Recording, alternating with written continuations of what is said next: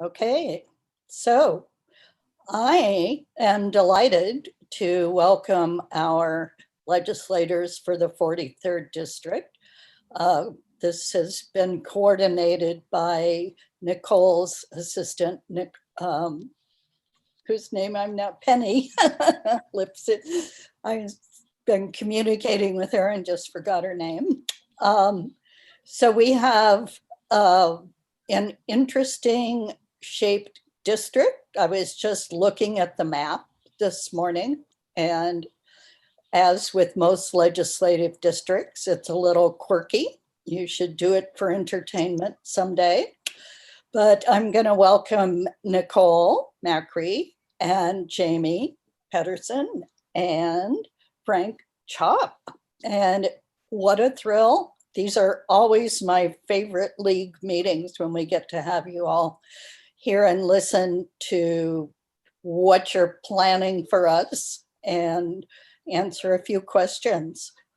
And I thought we'd start out with giving you each an opportunity to lay out some of your priorities for the coming legislative session. So we'll start with Jamie. All right, good morning, everybody. I am glad to be with you, although I must confess that I'm sorry we're not in that top floor room with the lovely view of downtown and getting a chance to see each other in person. But thank you all for making time to be with us this morning. We are about to go into what is likely to be the oddest session. I think Frank probably thought that doing it in trailers when the legislative building was closed after the earthquake was weird. But now we're going to be almost entirely remote. And who could have predicted that? I'd say the big picture for the session is that we're going to have some budget challenges, not as bad as what we expected, but we have some significant investments that we're going to need to make, whether that's in public health or pandemic response, rural broadband, trying to help people adjust to this ongoing pandemic life, and to help people recover from what has been a profound set of simultaneous crises this year. And then in addition to that, we have several policy priorities that both the House and Senate Democrats have identified as being critical for us to address in this upcoming session. Those include everything from trying to help recover some of the damage that's been done for people, businesses, kids, by the inability to be gathering in person. And those also include, probably prominently for me, given my committee role, police accountability and criminal justice reform. We'll also be working on climate change. I'm going to focus for just a little bit on some of the work that we've been doing in police accountability, because that'll give you a sense of how little like a normal interim this last interim has been for our offices, as we've just been working pretty much straight through from the day that we adjourned in March. So obviously our city, our state, our country have been, I think, shocked and dismayed to be learning more and more about the injustice that our African-American brothers and sisters and other members of historically marginalized communities have faced at the hands of our police. I have to confess, I'm a little bit chagrined that, having spent many sessions working for the abolition of the death penalty, and continuing to believe that that is the right thing for us to do, the fact that we witness every couple weeks the killing without due process by agents of our state of African-American people, mostly, but a lot of unarmed citizens, many of whom have mental health or other disabilities, is shocking, disturbing, and has caused a real reevaluation for many of us about the whole justice system, and beginning with policing. So there's been a significant effort over the last 6 months or so, coordinated between the House Public Safety Committee and the members of Color Caucus in the House, and the Senate Law and Justice Committee, and our members of color, talking frankly and more directly than we have during my time in the legislature about the need for real reform of our police system. And we have probably something in the neighborhood of 12 or 15 bills between the House and Senate that we're going to be considering in this upcoming session. And those range from a bill by Representative Johnson that will limit the tactics that police officers can use. So for example, banning neck restraints that, as we've learned, can be deadly to people who are being policed, to a bill that I've been working on about the Criminal Justice Training Commission's authority to decertify officers, and the composition of the commission. That's an enforcement mechanism for all of the other standards that we expect to see.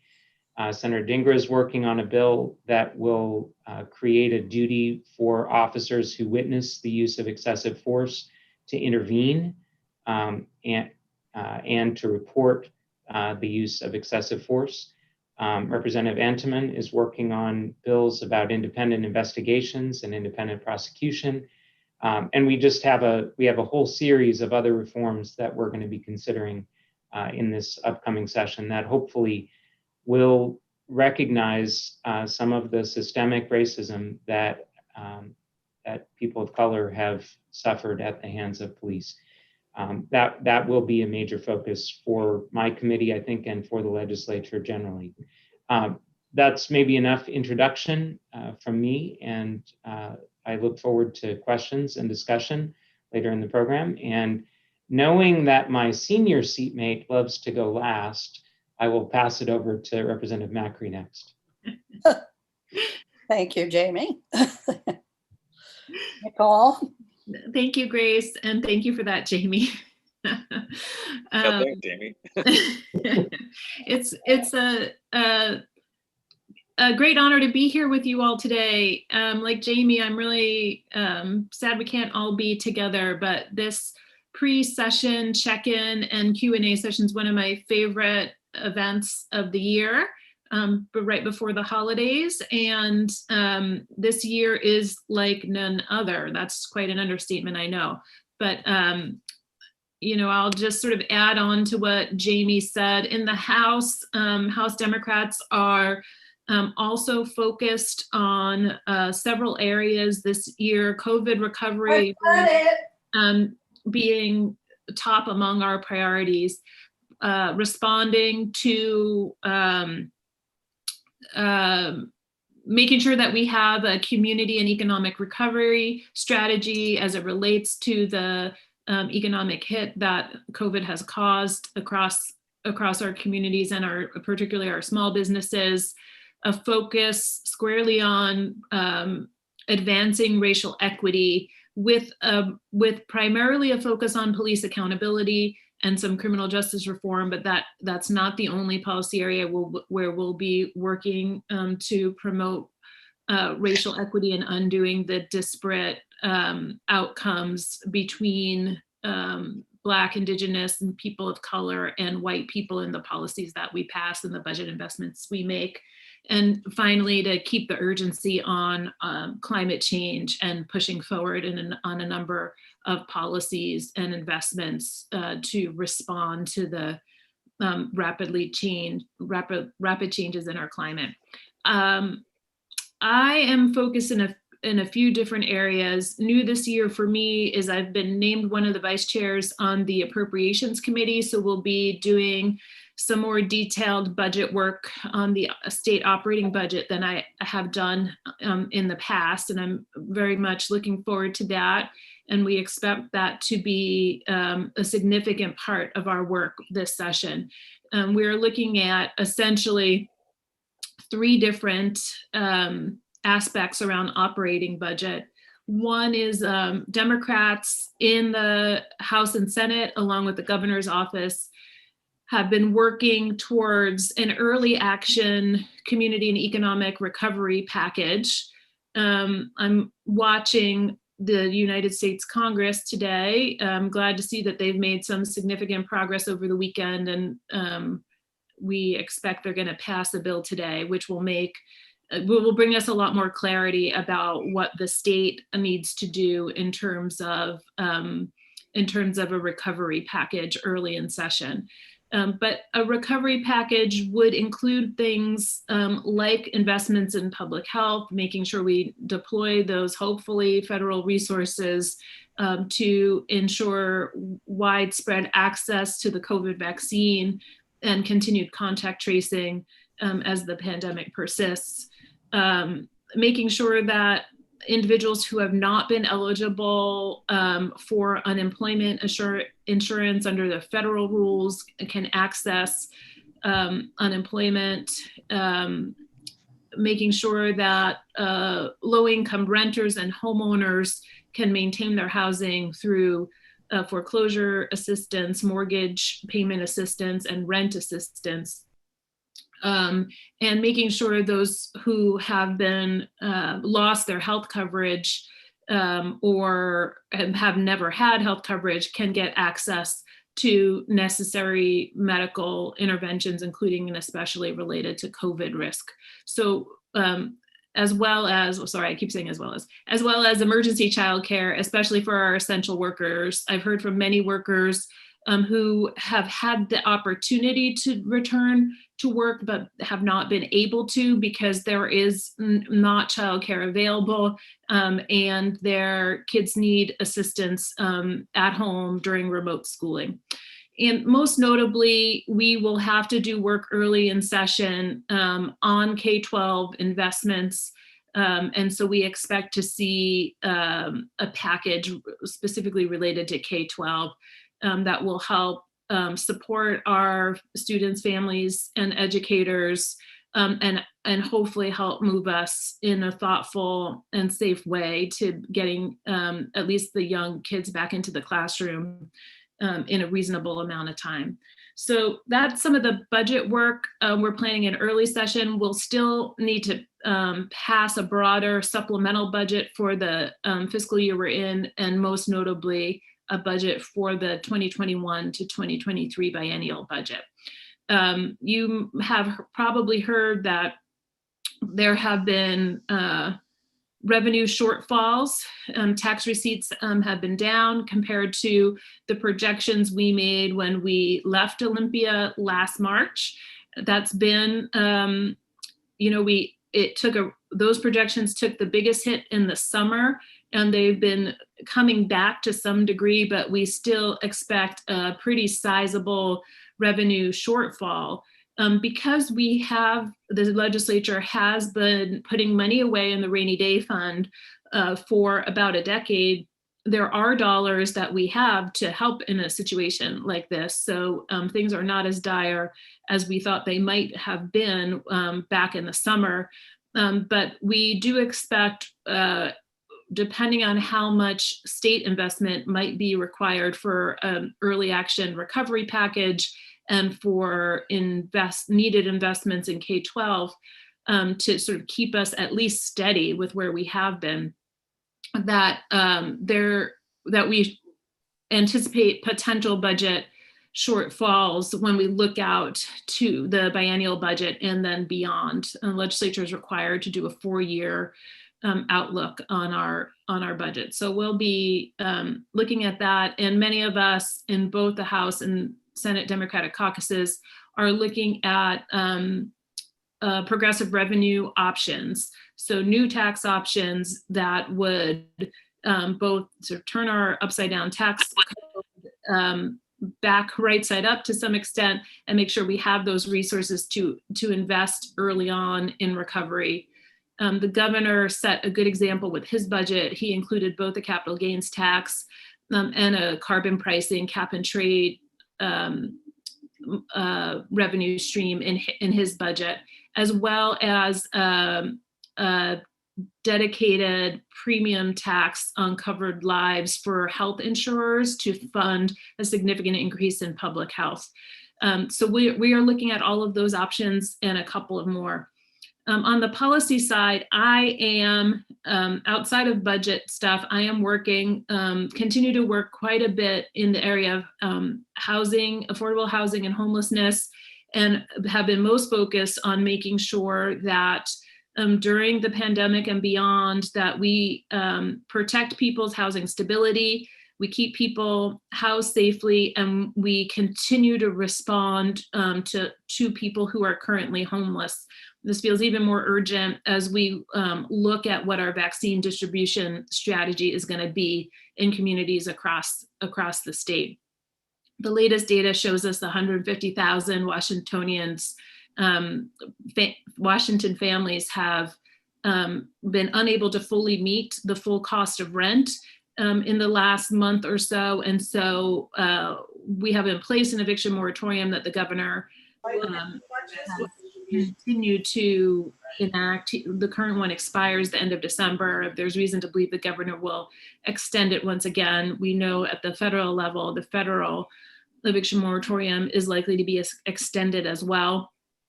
But we can't, that moratorium puts a pause button on potential evictions, but we know that we'll need to come up with policy to protect people from eviction while helping people pay the rent. So I see from Grace's hand signals that I'm about at time. I'll turn over to Frank to talk a little bit more, and I'm glad to take questions. I'm also doing quite a lot of work around healthcare access this session, and I remain a member of the Healthcare and Wellness Committee this year. Thank you so much. Frank? Hello. Hello, how you doing? Thanks Good. so much for inviting me. I really appreciate it. It's great to see friends like Jim. Where is Jim there? He's turned off his camera. Oh yeah, Jim Sanders. He's known me since I was a student at the University of Washington. That was about, really? I don't know, 10 years ago or so. At any rate, it's good to see all of you. I've really appreciated all your work to be involved in the legislative process and to ask for us to be here to talk with you about issues. As a word of note, we have two other great legislators here. I'm not sure about my place, but Nicole is in a very key position, being the Vice Chair of Appropriations. I am a member of that committee, so I'll be working closely with Nicole on that and many other issues, of course. And then Jamie, being a chair of the committee over the Senate's critical committee dealing with police reform and issues that he talked about. So we got a great team here. We really enjoy working with each other, and you're well represented, at least by the other two. So I appreciate your thought of this. I'll be brief. I mean, there's some key issues that I'm focused in on. First of all is in terms of childcare early learning.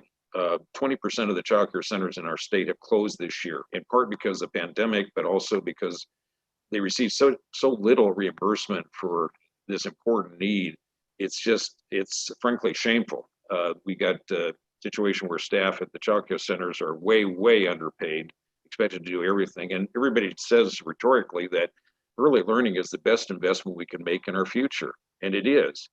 And so I've been telling people, you know, how many of you have ever heard of Social Security, by the way? Anybody?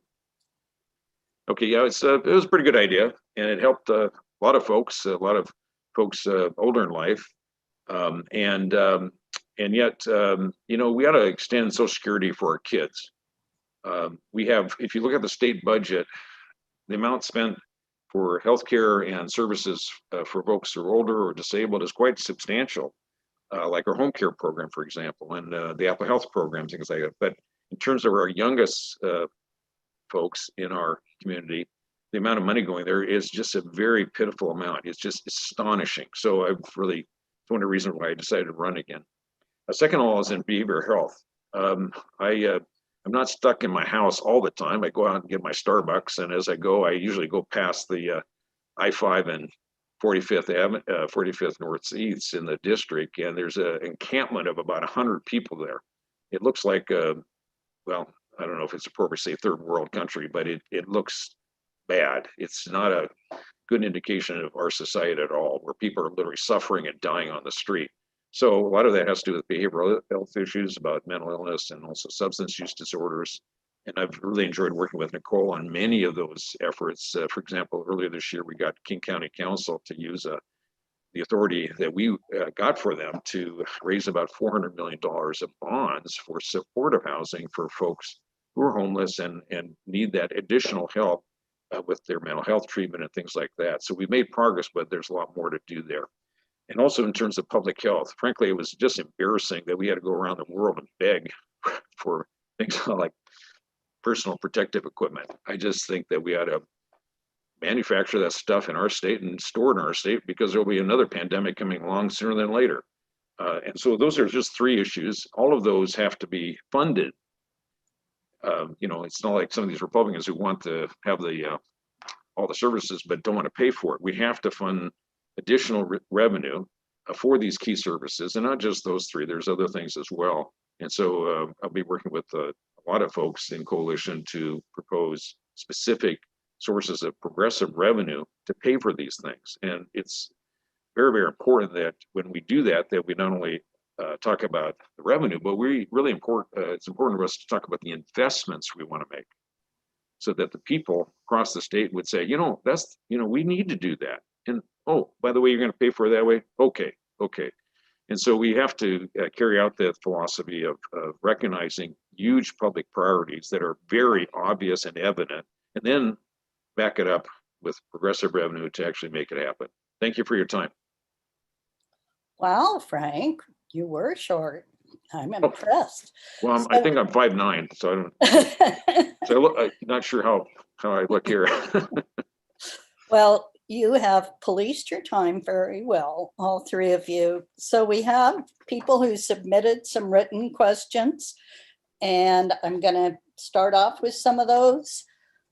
I have a personal request, and that is that if on any of these issues you can find any possibility of bipartisan support, I believe that things go down better if we have a little support from both parties. So whenever you're answering, if you know of Republicans who might support some of these things, that'd be great.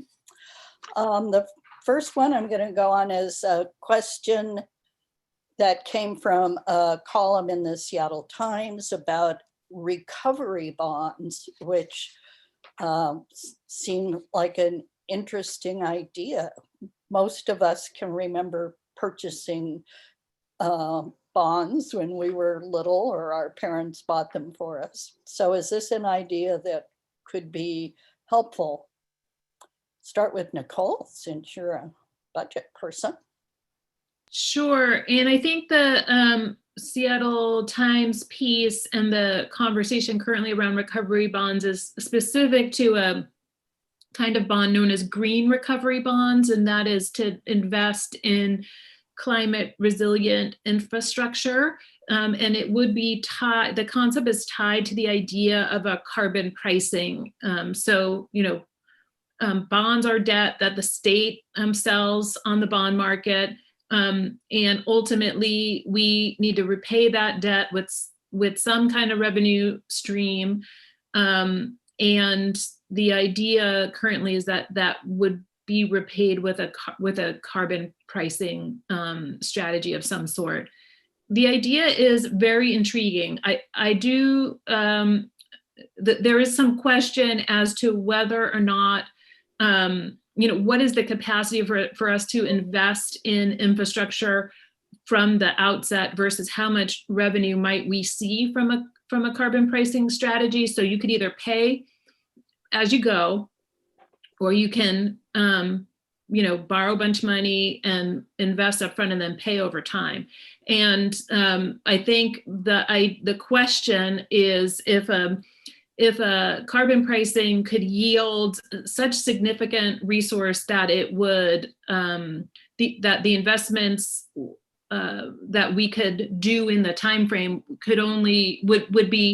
would suffice just to pay as you go, then we wouldn't need to borrow the money through bonds. So I think there's some consideration around what's the capacity to really implement those investments versus what are the new tools that we might use. So I think it's an intriguing idea. There's a lot of debate about it. The interesting thing, to your point about bipartisanship, I would expect that Republicans would not be interested in green recovery bonds because they are really limited in the kinds of investments that they make, although they might surprise me. And the fact that in this idea, they would be tied specifically to carbon pricing, which Republicans have historically opposed.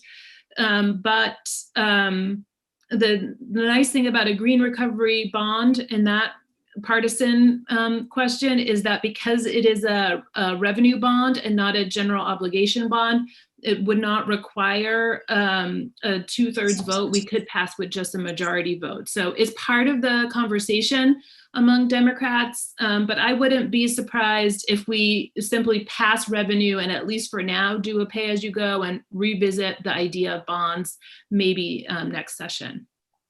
Thank you.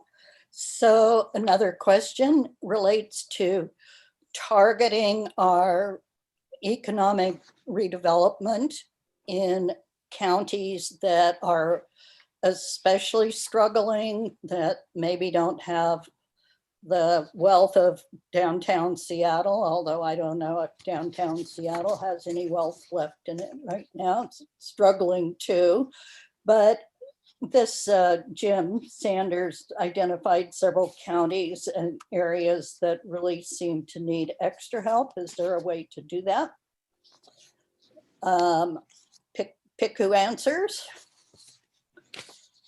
Jamie, should I pick on you?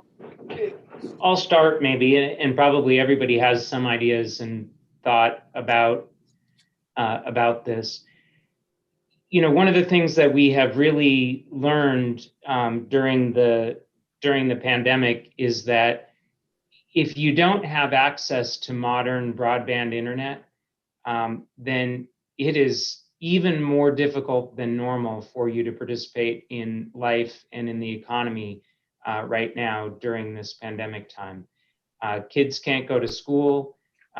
People can't participate in work. Families can't see each other for the limited ways that we're able to do that. It interferes with the ability to have the delivery of a lot of healthcare if you don't have broadband. So I think a significant push in this next session that really should benefit a lot of those same rural counties is for us to start thinking about internet access, broadband internet access, the same way that previous generations thought about electricity, and making a real push toward publicly financed and supplied broadband internet access in rural communities across the state. I think we have mechanisms through the ports that are widespread across the state and in all sorts of surprising places to have municipally supplied broadband, and to do that, think about that as an economic development piece. And so from my perspective, that is one of the most important things in front of us this session, and that has the capacity to really benefit some of our rural counties that have been hard hit by the current recession. Frank, did you want to add anything to that? Well, I think Jamie answered it quite well there. Our theme as House Democrats for the last 20 years has been the theory of working together for one Washington, which means that whether we get elected from to the 43rd or whatever, we are there to help the people of the entire state. So this notion of investing in broadband is absolutely a perfect example of what we need to do. It's important for education too, as well as the economy. That's a real understatement. It's very, very important. And I think that we'll make some progress there. But also we need to realize that there's the healthcare needs around the state. There's big front page article in the Seattle Times Sunday paper just yesterday, where they talked about folks east of the mountains who got the COVID pandemic a little bit later than King County, shall we say, but they're really suffering because they are lacking enough resources to deal with the folks that need the help in nursing homes, but also in hospitals. We have hospitals that are in rural areas that are really suffering and need our support, and we have provided that support in part to the past. If I could add, though, something about your thing about you'd like to see bipartisanship, well, I think we would all like that. The problem is that, let me give you an example. There was a proposal from a number of advocates and a coalition for long-term care trust fund, which was to provide essentially a $36,000 entitlement benefit for folks who needed long-term care, like home care or in a nursing home, for example. And at first, there was a couple of Republicans actually thought, oh, God, this is a great idea. And then they realized that all those folks also vote, by the way. So they really sort of like this idea of, basically raising money to pay for long-term care when you need it later in life. And yet, when we actually brought it to the floor, the Republican leadership in the House told their members to don't vote for it because it included essentially an insurance premium, okay, to pay for it, because that totaled up to about $1 billion a year. It's not a small amount, but it's going for a very meritorious reason. And these Republicans were talking out both sides of their mouth. They said, oh, this is very important, but we're voting no.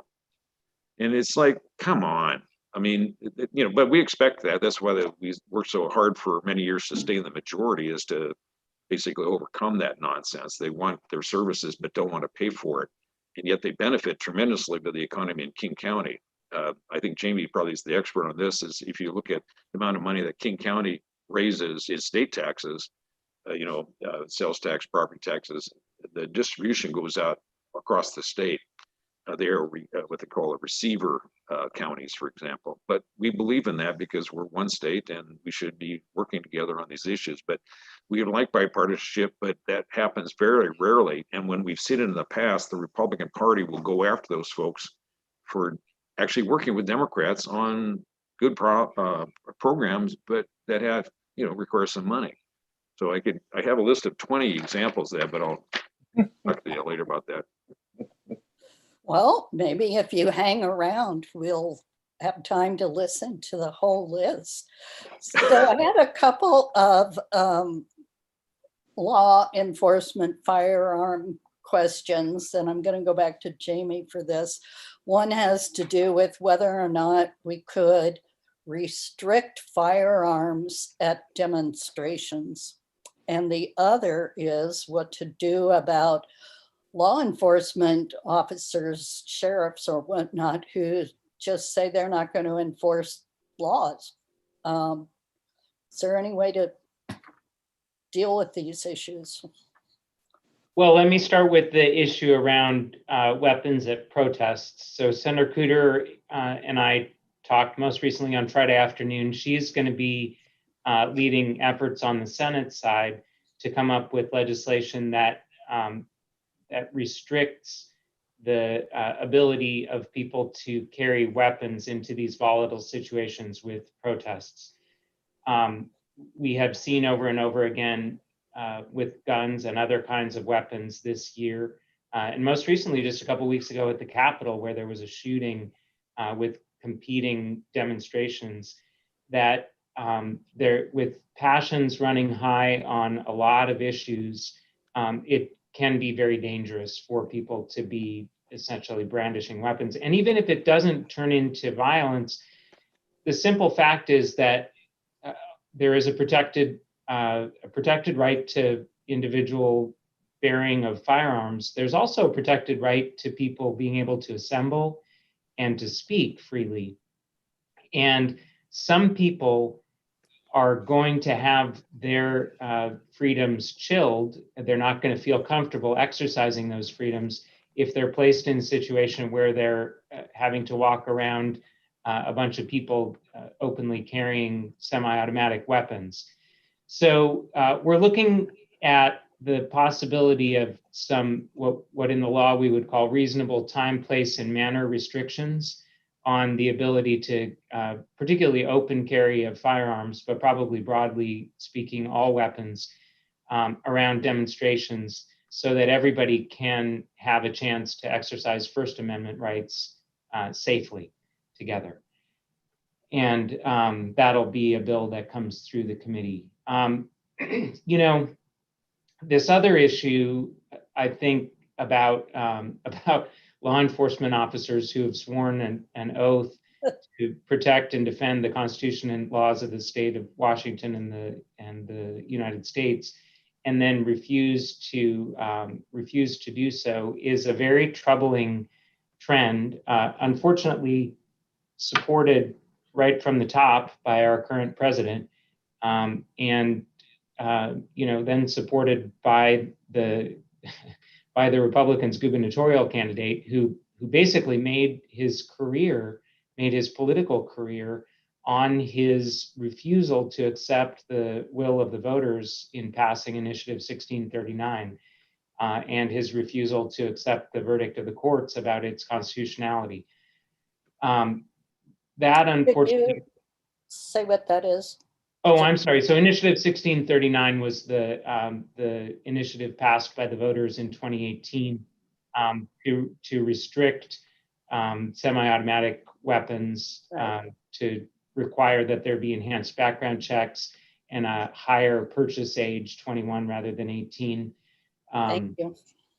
Require some safe storage. So you know, all of those, some of the most ardent gun advocates claimed that initiative was unconstitutional, and therefore they refused to enforce it.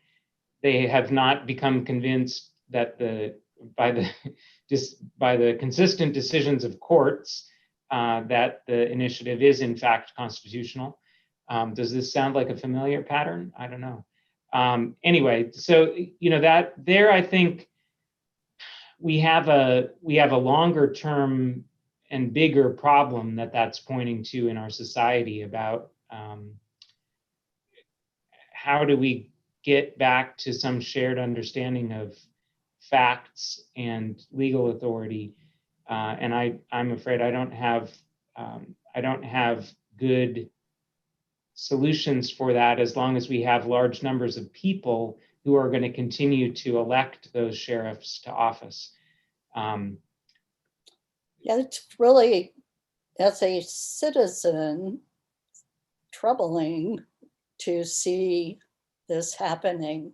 So as soon as you can fix it, you three, we would all appreciate it. I wanted to go to a fairly general question. Many of us have a particular passion for legislative work in some particular area, but it may not be the area that our representatives are focused on or are on the committees for. And it seems to me when I call into Olympia, they want my district, and then they'll route my comments to my legislators. But if I'm concerned about an issue that you're not primarily working on, how do we get our concerns to those other legislators who are focused on that? Nicole? Yeah, thank you. And I can tell you that I do receive quite a lot of messages from folks out of district on the policy areas that I work a lot on: housing and homelessness, access to reproductive health care, behavioral health care. And so folks do that. I will say, you know, it's our job to represent the constituents in our district, and to do that effectively when there's such a diversity of issues of interest for constituents. Part of our work includes connecting with our colleagues who are taking the lead in a number of different policy areas. You know, I think we're very fortunate that we're pretty well covered among the three of us on a variety of issues. And, you know, obviously with Frank and Jamie's long-term tenure in the legislature, and just enormous leadership in both the House and the Senate.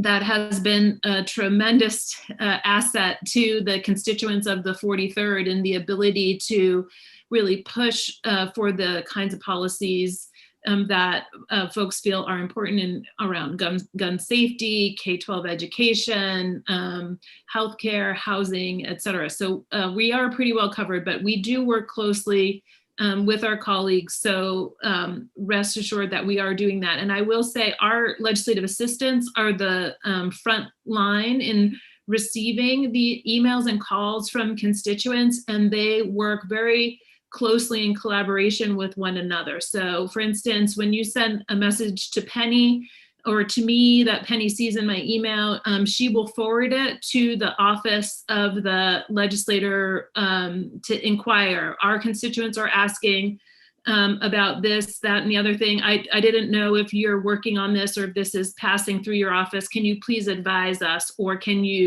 would you be willing to write a response to my constituents? So that kind of stuff happens all the time. It really is a team sport, so to speak.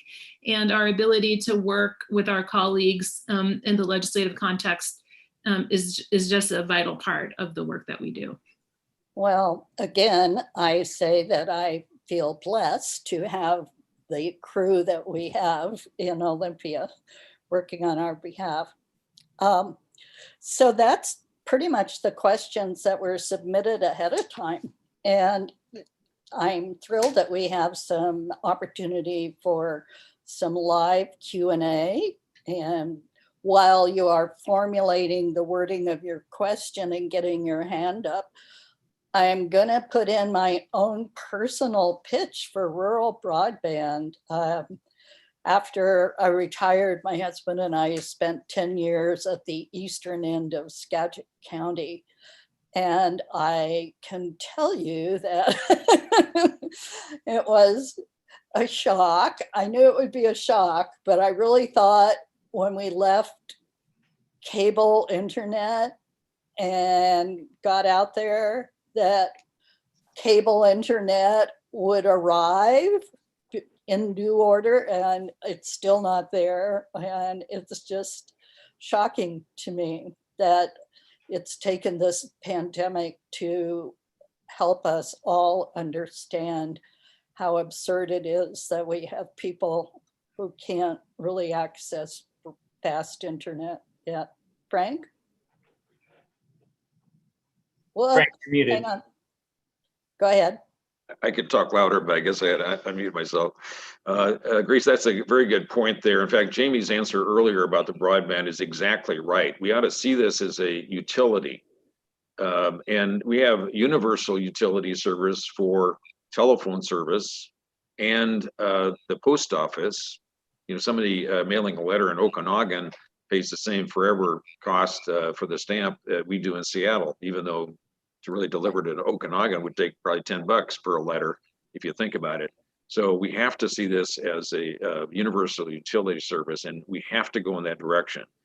I'm so happy that people early on in the city of Seattle's history basically took control of the utility of City Light and made it a public utility, which means that the cost for that per kilowatt hour or whatever is significantly lower. And guess what? The citizens of Seattle control it.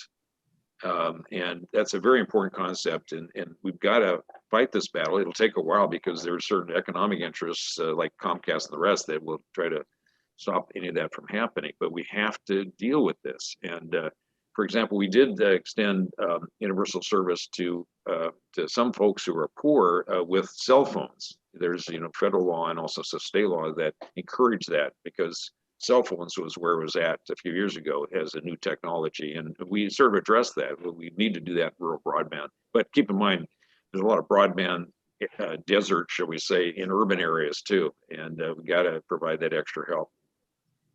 So one feature of broadband that I learned in that experience is that you might be able to get it and the cost will be exorbitant. Yep.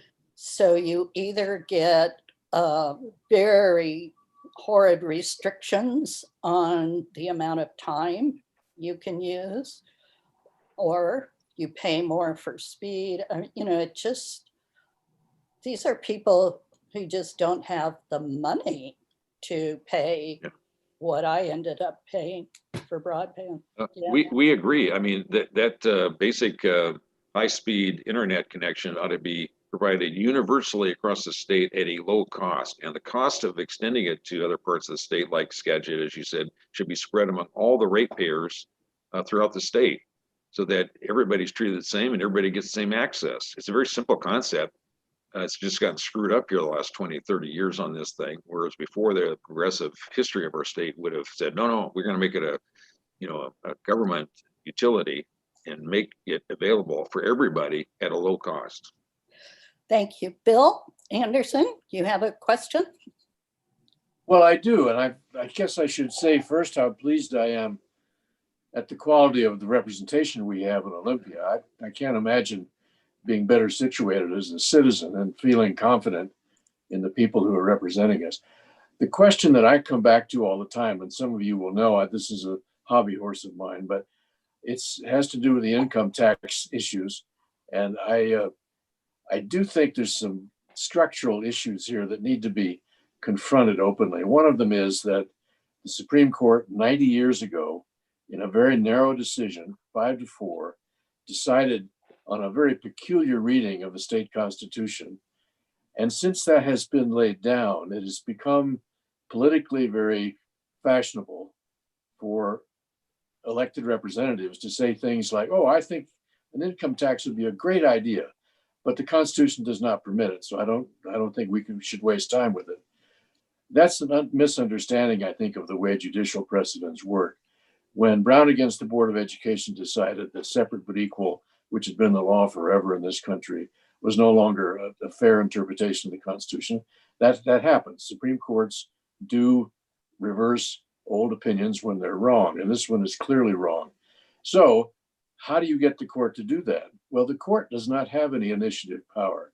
A court cannot decide on its own.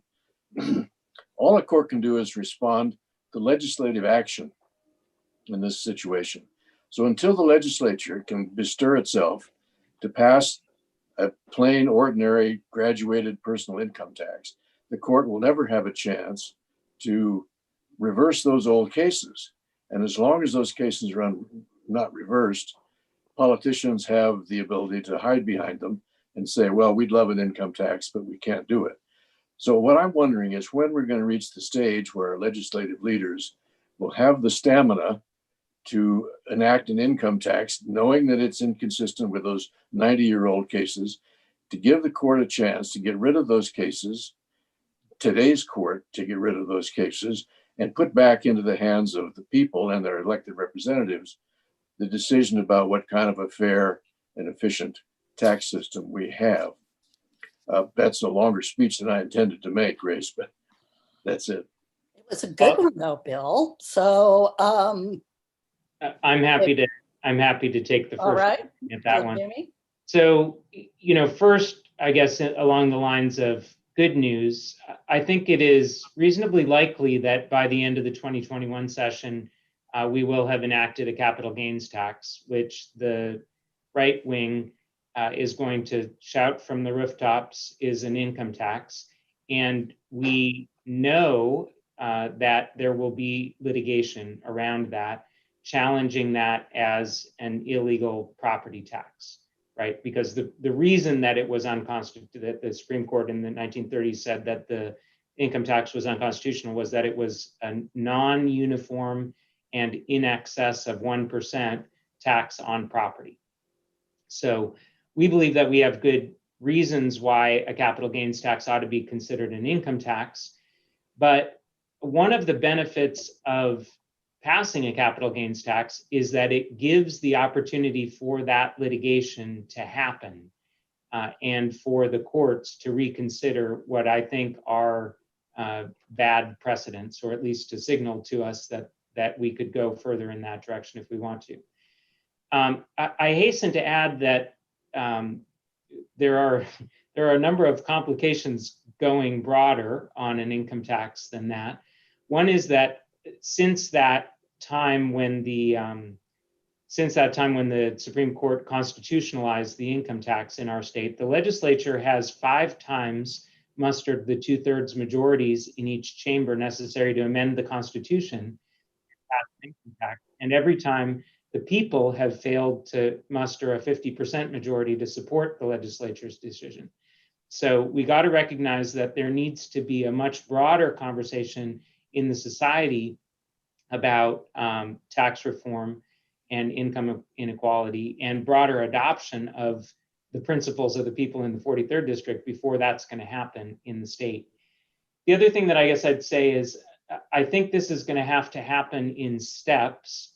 Frank and I remember very well the culmination of 20 years of efforts to get the court to look at the question of whether the repeated Tim Eyman initiatives that purported to require 2/3 majorities of the legislature to increase, quote unquote, increase taxes were constitutional. Generations of Supreme Court refused even to hear those challenges. And finally, in 2012, we figured out how to stage a vote on the House floor and set up a legal case that went to the Supreme Court and that they finally agreed to hear and to use as the vehicle for striking down those initiatives. So it's a not uncomplicated thing to figure out how to get a case in front of them that they will actually use to come to that conclusion. Because you have to remember the other reality is that those 9 Supreme Court justices are also elected statewide by a group of people who, at least so far, have shown very little interest in an income tax in our state. So I guess short term, I think the answer to the question is we are focused on the capital gains tax, which is good in and of itself because it's very progressive and raises some money, and good in the long term because I think it can be a step toward this better tax system that we'd all like to see. Thank you. Laura Weiss, did you have a question? Oh, thank you, Grace. Well, and thank you to our representatives. My question was about different options for raising progressive revenue. It sounds like you're coalescing around a capital gains tax, and maybe that's the main point you want to leave. Are there other options? Should I mention the jumpstart tax that Seattle has passed that's now been challenged? Is that kind of a payroll tax an option for the state as well? Or increasing estate tax or inherited tax, those kind of options? Sure, I'm glad to start here. And I'll say that, Jamie sits on Ways and Means, which covers all the fiscal issues except for the transportation budget in the Senate. So both the tax policy, the operating budget, and the capital budget. Frank and I sit on the Appropriations Committee, which is the spending side of the operating budget. And I previously sat on the Finance Committee, which is the Tax Policy Committee. And this year, Frank is sitting on that committee. So I'm passing the baton. And we remain very well represented in the 43rd on both the spending and revenue sides of the budget. Frank and I both have been working on this issue of around a corporate payroll tax, similar to the Jumpstart tax. Actually, the Jumpstart tax was something that council considered after we had done work last session in Olympia, thinking about a countywide option for business taxation that would tax corporations, larger corporations who have high earners on their payroll. So if you are a big company and you have workers making $150,000 or more, you could be subjected to this tax. We worked on that in the legislature. Essentially, that's the policy that Seattle passed. The Chamber of Commerce is challenging the city's authority to tax businesses in this way, and also questioning it on constitutional, bringing forward a constitutional question. We are continuing to work on that. Frank and I are working on kind of variations of the theme around corporate payroll tax. We see it as essential to moving the conversation around business taxation, which, similar to all taxation in Washington state, is relatively regressive. So our small businesses are hit pretty hard with what's known as the business and occupation tax. And our large corporations, many of them have been able over the years to eke out tax exemptions or incentives. And so it's not a fair playing field at all in the business tax sphere. This idea of a progressive business tax that would tax larger companies who have higher paid employees is one way to really spark a conversation about progressivity in the business tax space. I mean, I think we need to go much further in terms of business tax reform. I don't think we'll see major reform this year, but I actually think, to Jamie's earlier point, of we need the people with us if we're going to get to talking about a more diverse and sustainable tax code, including things like an income tax option. Which, clearly the voters in the 43rd support, the legislators in the 43rd support, but there's not widespread support. The path to get there, I think, is to engage small businesses on how we move away from a regressive business and occupation tax to more of a profits tax, or, what we call at the federal level a corporate income tax.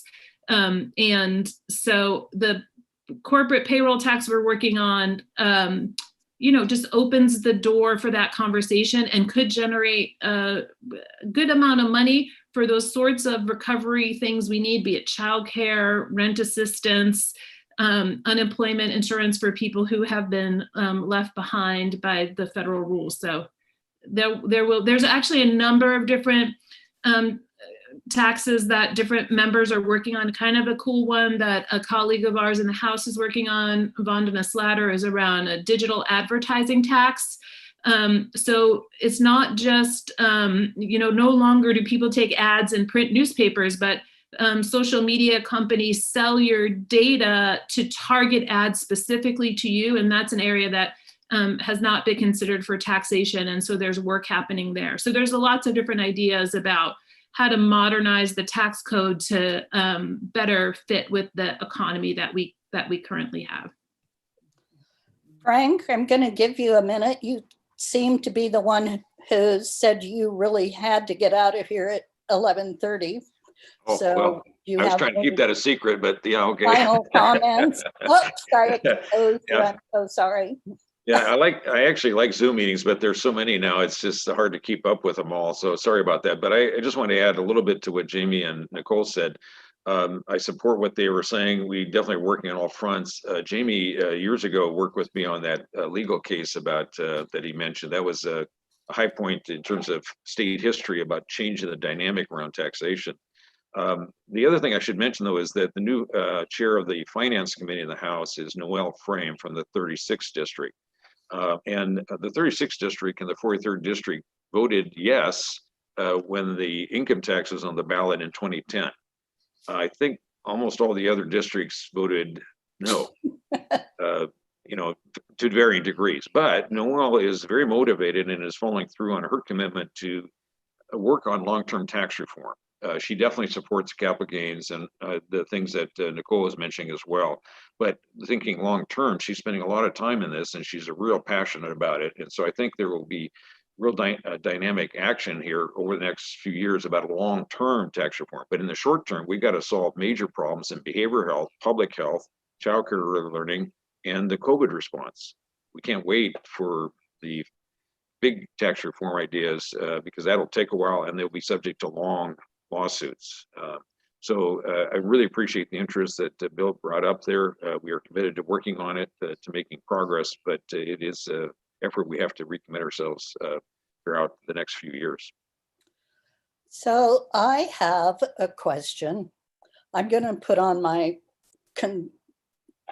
center right hat and say that a year ago, I would not have thought that Seattle was in any danger of losing our big businesses or Amazons and whatnot. That, I mean, our downtown was just crazy booming. And as a result of the pandemic, we've seen that a lot of people can actually work from home, that these companies can spread out their offices to the extent that they actually need offices, and that they can move out of state.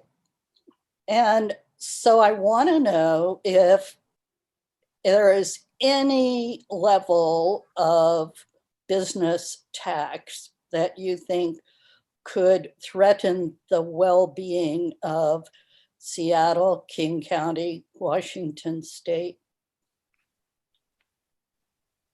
Well, I think I might add about that in terms of just in 2019, we passed a business tax on professional service businesses. I worked closely with a whole lot of folks, particularly in the higher ed community, and we dedicated that to the Workforce Education Investment Act, which invested in free college and university tuition for all low-income students.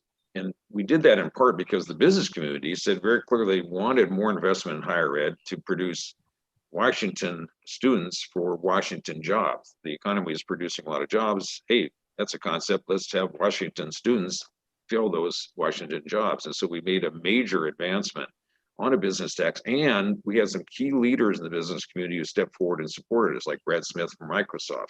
The rest of the business community would tell me, yeah, we'll be okay about this tax, but we can't publicly say that we're in support of it. Okay, but anyway, so that we went with that basic dynamic that there were a few business leaders who said, we have to step in to do this. And the rest of them were either quiet or, were mildly opposed. But then after we did it, they realized how important it was and how a difference it's making for hundreds of thousands of young people to be relieved of, student loan debt. I mean, for example, and we want to expand that. And in this case, we're trying to work with business to say, look, you talk about this need.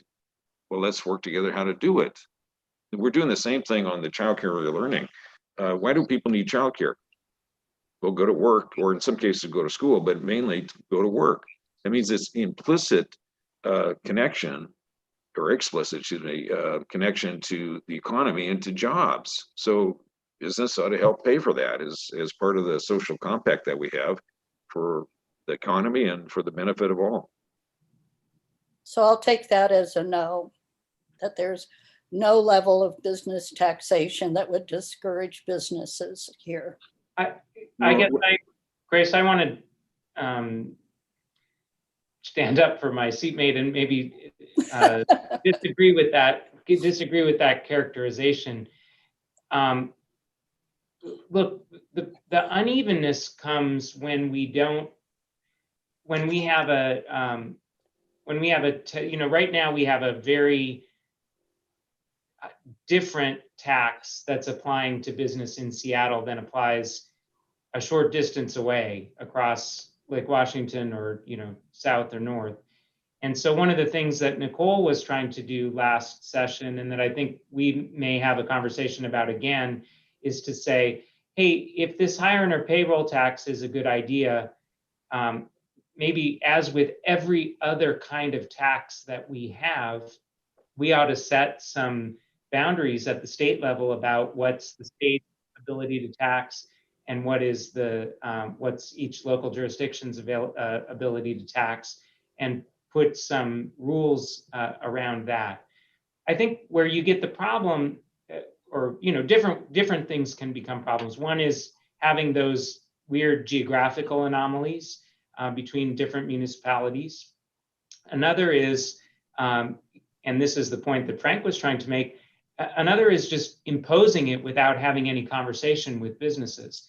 the reality is that businesses in our state and the people that they employ often want exactly the same things that we want. They need childcare because they need to have their workers go back to work. They want broadband because they want people to be able to participate in work or to be able to buy their products.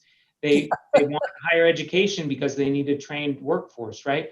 So a lot of this is just about the process of how we go about doing our work to make sure that they're brought along.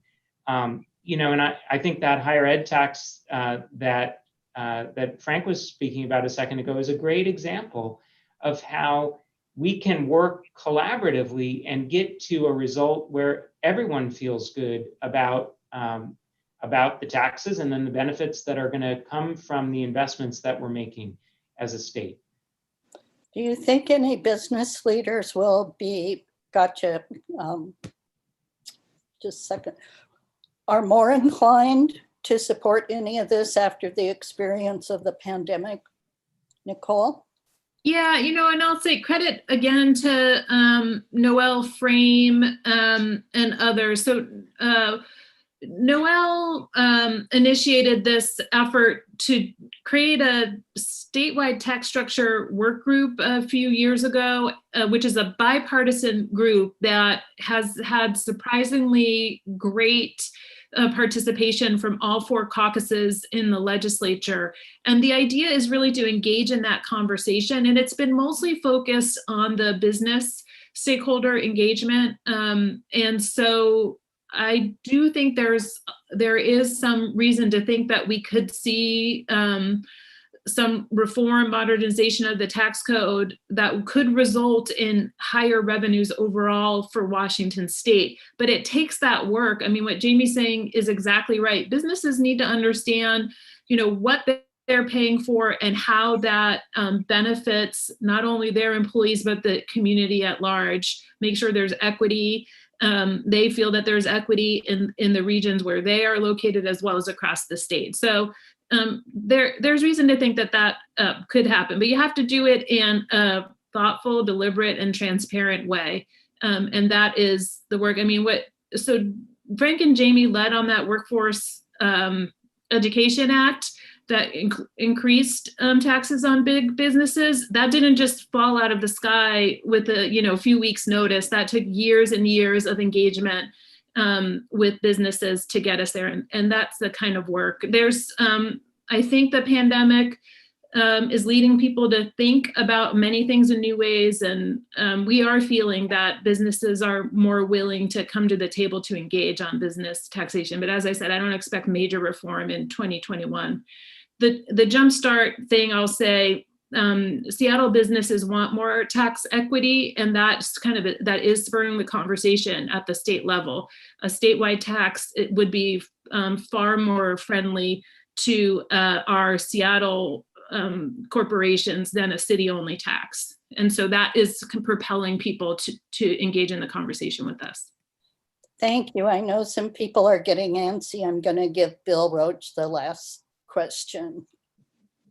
Well, thank you. I would like to pick up on Senator Pederson's point about the capital gains tax, where I think a lot of us are in favor of that, and we don't need to advocate to the three of you. What we need to be able to reach out to is the rest of the caucus or set of caucuses.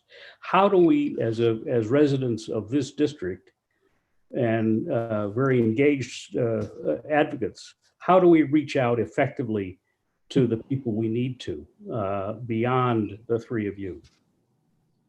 I think the best way to do that is by working your own social networks and trying to, so first you figure out, hey, the people on the bubble for supporting, and we're really talking about probably 2 or 3 members of the Senate that are the difference between whether we have 25 votes or not.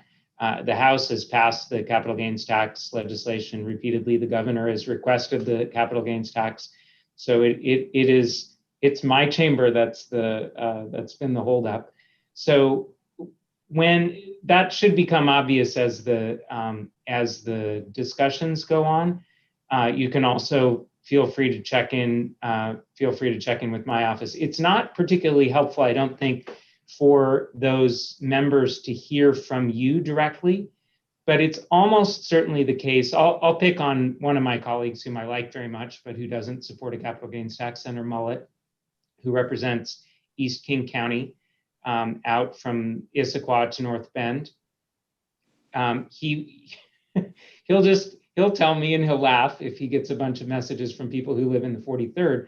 But you almost certainly know people who live in Snoqualmie and North Bend and Issaquah and Maple Valley. And if you have a chance to interact with them and say, hey, this is really important and this is why, would you be willing to call your senator and tell him that he should change his position and vote for a capital gains tax? That can be super influential. So I think on that issue in particular, it's really about understanding who the folks are who are undecided or on the other side of that issue, and then trying to connect with their constituents and get them to write in. So that's my suggestion. So thank you. I will release any legislators who have pressing matters elsewhere to attend to. The rest of you can hang around until Adele calls it quits. So, I have an 11:30, so I'm going to have to sign off. But it's okay, great to thank see you, everybody. Jamie. Thanks very much. Well, Gotta go. See ya. yeah, thank you all so much. Happy holidays, happy new year. Thanks for having us. Bye-bye.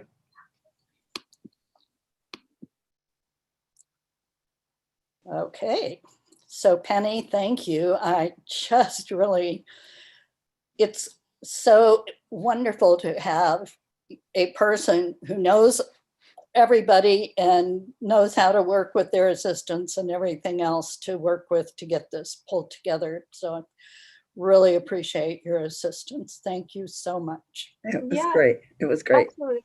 Yeah, thank you all so much for all of this. It was really great. Thank you. Adele, are we going into a conversation about other things, or are we all done?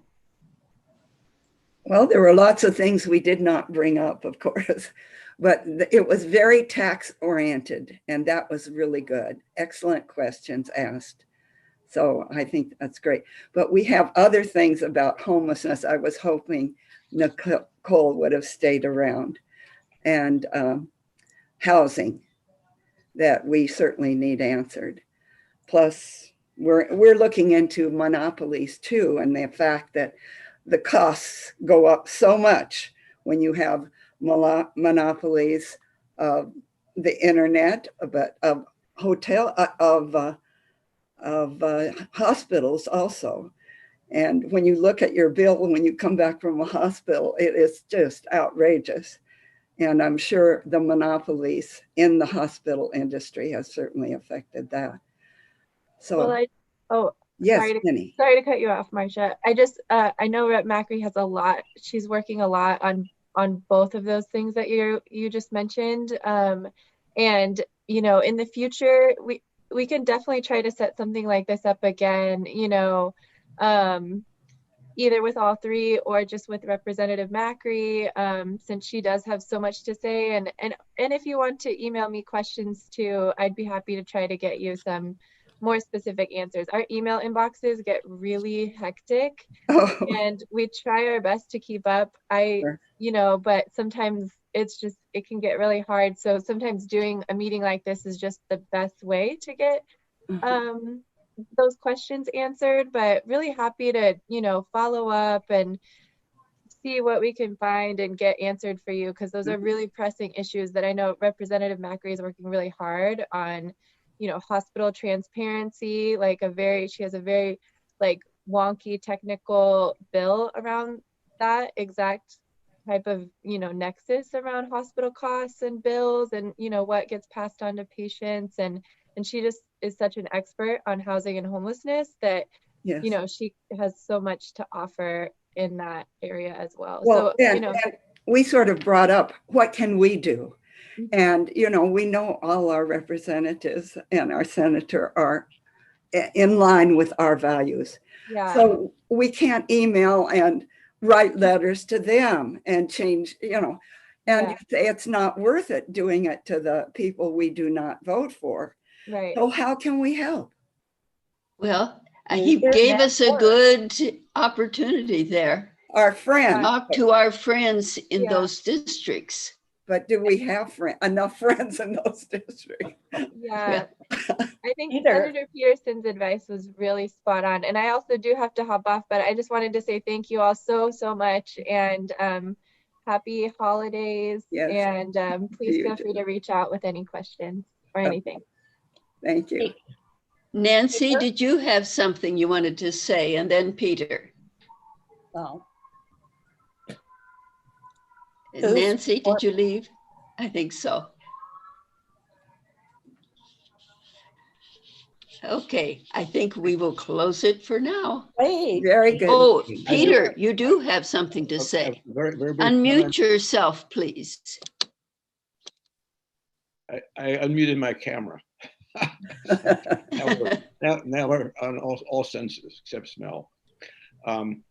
So I've heard legislators say they like getting letters and emails from their constituents, even on issues that the legislator, your legislator is going to support, because they can take those numbers and they can wave them around Olympia, in this case, virtually around Olympia, and say, look at all these thousands of emails I got on such and such a subject. So it does help, even though you don't Okay. need to be convincing our great, Right. great gang of folks. Great. Anybody more wish to comment to each other? If not, why, we'll call it a day for now. Bill put Have his a good hand night. up the last minute. Didn't see you, Bill. Bill, good. you're muted. Or are you waving goodbye? I was waving goodbye and thank you. Okay.